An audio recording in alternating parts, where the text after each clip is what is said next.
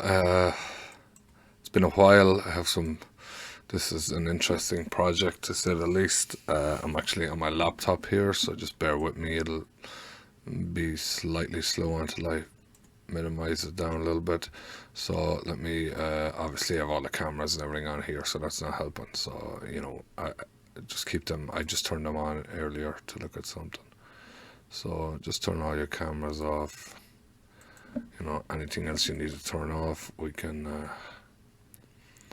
So this is the project. I'll give you a quick look before I continue. There's been all sorts of issues with elevations, locations, concrete walls poured in the wrong place, moment connections not working because of different elevations. And so still working on the process. We've got some markups here and some markups here. So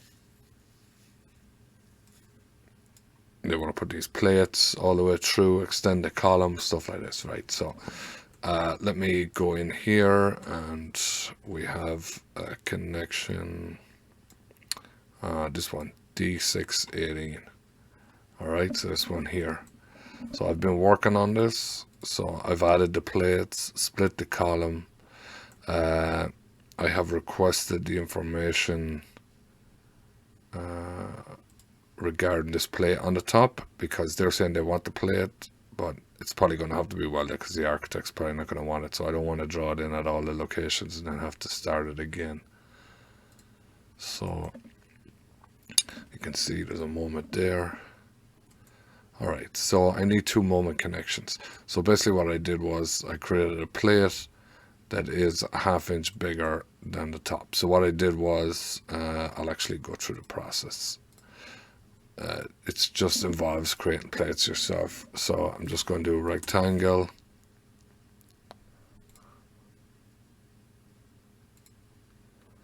Now, before you create that line even,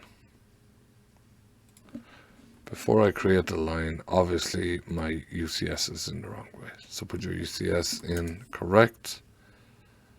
So what I do is I'll draw in this, and then I'll do an offset of 0.5.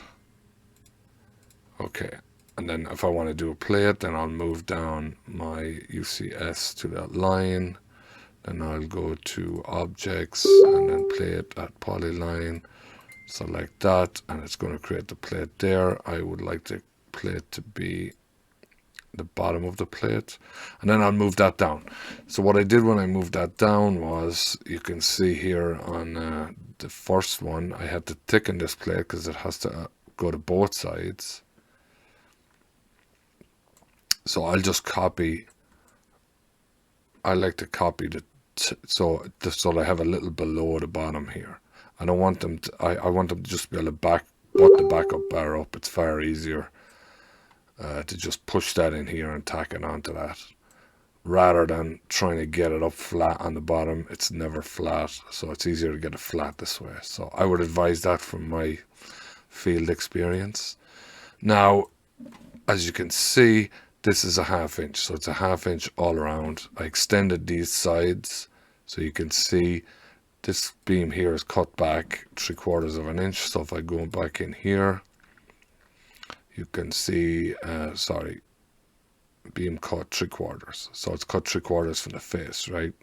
So that means this is going to be tight with this. So the reason I have this so wide is so that it can match the beam on this side. So this is either going to be a tight squeeze, or I'm going to have to cut this back an inch. So I'll ask the client what he wants to do. For now, what I'm going to do is just add a moment here. So it's at the start I was frustrated by this, but I guess after a while you figure out a way to do it. So this here is a ½ inch, and I want a 1/4 inch space for backing bar. That's generally what we use. That's what I used on site. So I want a 1/4 inch space here. So it doesn't really matter where your system line is.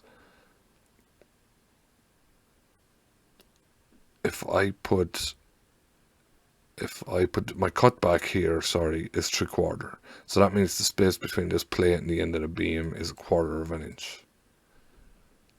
So if I come in here, and I'll just check just to show you the distance. This is a long video for a short thing, but it's good to explain it. And you can see it's a 1/4 inch. So it's a 1/4 inch. So now I want to put it in a moment connection here. So I want to weld this on site to this column. So what I'm going to do is, so the column being these two plates, which are also welded to the column. This one, they want to have a 5/8 weld top and bottom all around, which seems crazy, but another RFI for that. So I'm going to do this one here, moment connection beam to beam. I'm going to select the column that is in line with the beam, and I'm going to select the beam. Now you can see it'll come in here with some sort of a moment connection. Now, that's not what I want as such. It's not terrible, but I have one in previous. But what we'll do is, if I go to my library, you can see there is 2 in here. Now, I don't keep a lot in the library. I generally delete them. So what I want to do is, we'll go to backing bar first, and I want to do a value for the backing bar. So it's 5 1/4. So I'll just do 7. So don't leave these too short, guys, because we need to weld off the end here in order to create the moment connection. You need to weld, this needs to be full here, so generally the welder will run out onto the backing bar. So he can do it the other way, but it's easier to give him some space to work with out here. That's in my experience. I'm sure plenty of other people will disagree. So we want to offset that minus 0.25, and actually we want to do 0.25 offset. Did I do minus? Alright, minus 0.25. Now my backing bar is in the way I want it to on the top. The bottom is not right. So the bottom is not right. So backing bar, Philip Weld, sorry, which I forget all the time. Backing bar, weld preparation, front, back, and that flips that over the other side. You still need this radius out of here for the welder to be able to get through.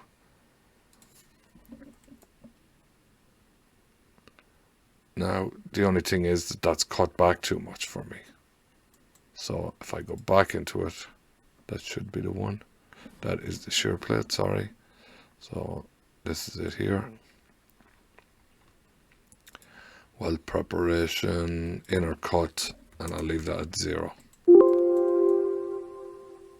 And that's going to work for me.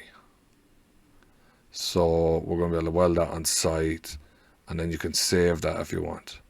So I guess the issue is you just need to make the space in between whatever you want. This space is where you want to start your moment connection. So try and use something to cut it back. So even if you don't have a connection in here, you can just cut to element.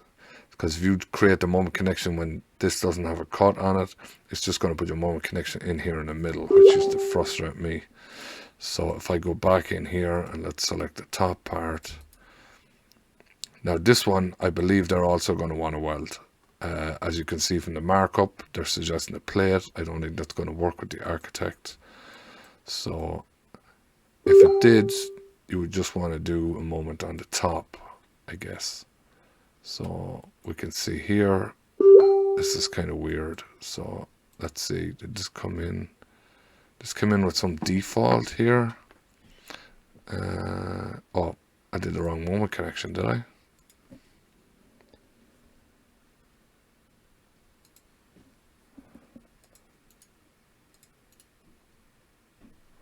Yeah, I did the wrong moment connection, sorry. So let's just pick one of these that flips that over. So we're going to go back. We can see. You can also copy that other one. Let's see if we copy the other one. So let's delete that. And let's just copy this one. And just copy it as a connection, obviously.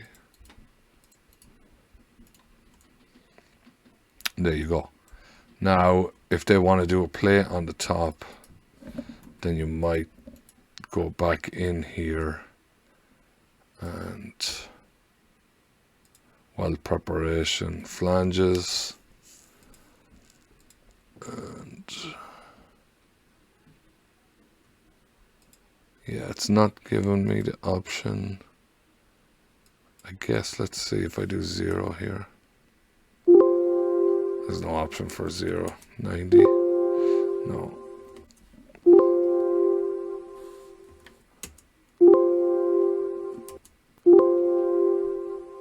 Oh, sorry, that is actually changing. I'm doing the bottom one. Sorry.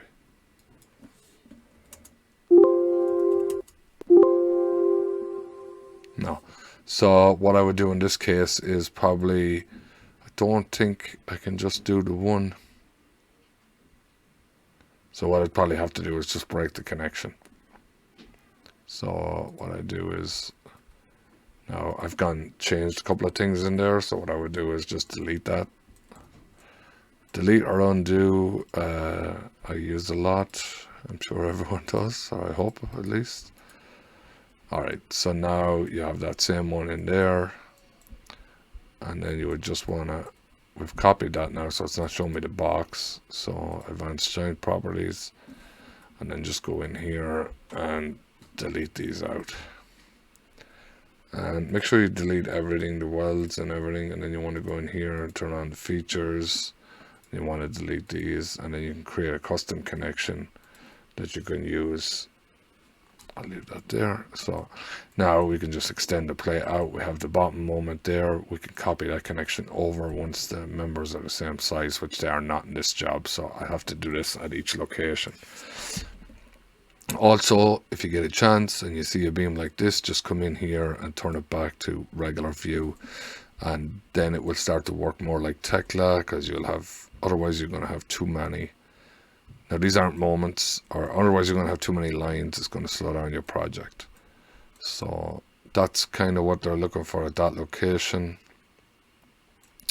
apart from the top plate, which I could just add bolts or whatever there. So alright, hope that helps anybody. Alright, take care.